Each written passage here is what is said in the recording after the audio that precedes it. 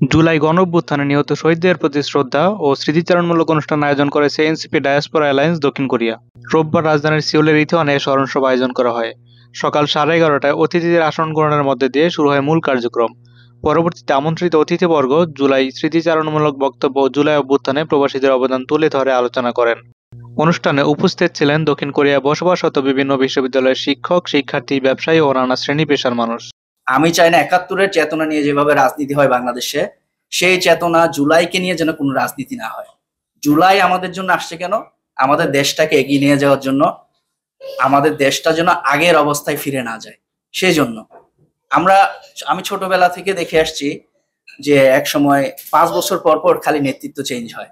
এক সময় এই সরকার আসতো, পরের বছর আরেকজন, জাস্ট মুদ্রা রিপিট এভাবে চেঞ্জ হতো। তখন তখন আমার বয়স হয়তো 16-17 বছর।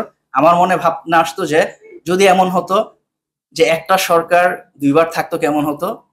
আপনি জানি না আপনাদের মধ্যে আসতো কিনা, যে এভাবে দুর্নীতি একটা সরকার রেখে যায়, ভঙ্গুর একটা অর্থনীতি রেখে যায়, আমরা শুনতাম না, কিন্তু বুঝতাম না। সেটা ঠিক করতে তাদের কিছু সময় লাগতো, আবার তারা সেটা ঠিক করতো কিনা জানি না, তারা একইভাবে আবার ধ্বংস করা শুরু করতো। তো এটার কখনো শেষ হয় নাই। তো সর্বশেষ স্বৈর শাসক এসে আমাদেরকে দেখিয়ে দিল যে আসলে অবস্থা কতটা শোচনীয়, দেশকে কত নিচে নিয়ে যাওয়া যায়। তা আজকে 24-এর এই জুলাইয়ের দ্বিতীয় স্বাধীনতা যদি বলি, বাংলাদেশ 2 বলি, সেই বাংলাদেশ 2-এ এসে যদি আমরা আবার আগের জিনিসগুলো দেখতে পাই, এটা খুবই দুঃখজনক হবে।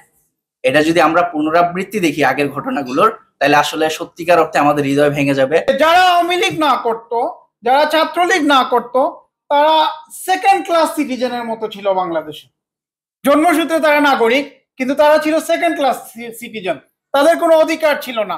তারা কোনো জায়গায় তাদের যে প্রাপ্যটা বুঝে নিতে পারতো না, যা পাওনা ছিল সেটা তারা বুঝে নিতে পারতো না। তারা ছিল সেকেন্ড ক্লাস সিটিজেন। আর আজকে যদি আমরা প্রবাসীরা ভোটাধিকার না পাই, আবারও আমরা সেকেন্ড ক্লাস সিটিজেনের মতো হয়ে যাচ্ছি।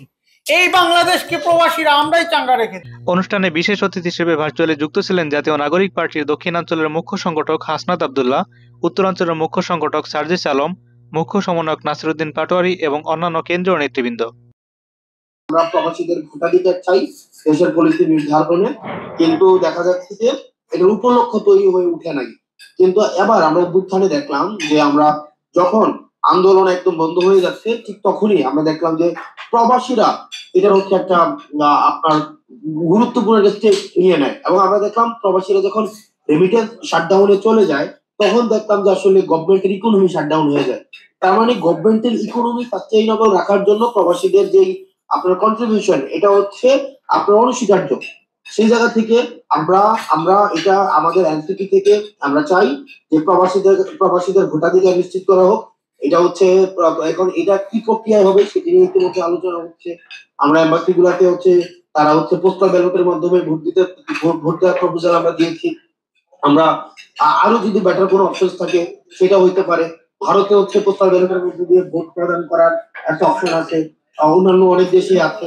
আমরা চাই যে প্রবাসীদের ভোটাধিকার নিশ্চিতের মধ্য দিয়ে তাদের অংশীদারিত্ব নীতি নির্ধারণী পর্যায়ে তাদের অংশীদারিত্ব নিশ্চিত হোক, যেটির মধ্য দিয়ে আপনার প্রবাসীদের স্বার্থ সুরক্ষা, প্রবাসীদের ভয়েস নির্ধারণের একটা জায়গা বা একটা ক্ষেত্র তৈরি হবে, এবং যেটির মধ্য দিয়ে আমাদের অর্থনীতিতে যারা হচ্ছে অন্যতম অংশীদার তাদের যেন হচ্ছে মতামত, তাদের হচ্ছে চিন্তা, তাদের অবজারভেশন, তাদের হচ্ছে মানে নীতি নির্ধারণ নিয়ে তাদের আলোচনা, তাদের সমালোচনা, তাদের সীমাবদ্ধতা, এগুলো যেন সংসদে প্রতিফলিত হয়। আপনাদের ভাই হিসেবে হোক, এই প্রজন্মের একজন প্রতিনিধি হিসেবে হোক, যে কোনো যৌক্তিক বিষয়ে আপনারা পরামর্শ দিবেন। যে বিষয়ে আমাদের ধারণা কম, সেই বিষয়ে আমাদেরকে সমৃদ্ধ করবেন।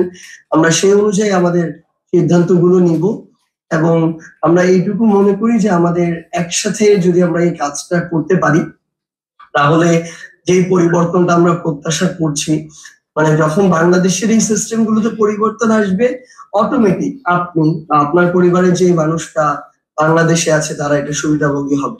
দক্ষিণ কোরিয়া এনসিপি অ্যালায়েন্স প্রবাসীদের ভোটাধিকারের দাবিতে জুলাই বীরদের স্মৃতিচারণ করারই অনুষ্ঠানে দাবি জানাচ্ছে, আমার ভোট আমি দেব, প্রবাস থেকেই অংশ নেব। গণতন্ত্র ও ন্যায়ের পক্ষে শহীদদের আত্মত্যাগ শুধু ইতিহাস নয়, ভবিষ্যতের দিক নির্দেশনাও। প্রবাসী থেকেও সেই স্মৃতি বহন করে চলেছেন লাখ লাখ বাংলাদেশি।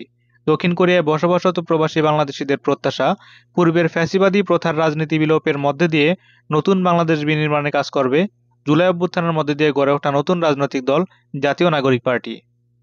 মাহমুদুল হাসান, চ্যানেল 24, সিউল, দক্ষিণ কোরিয়া।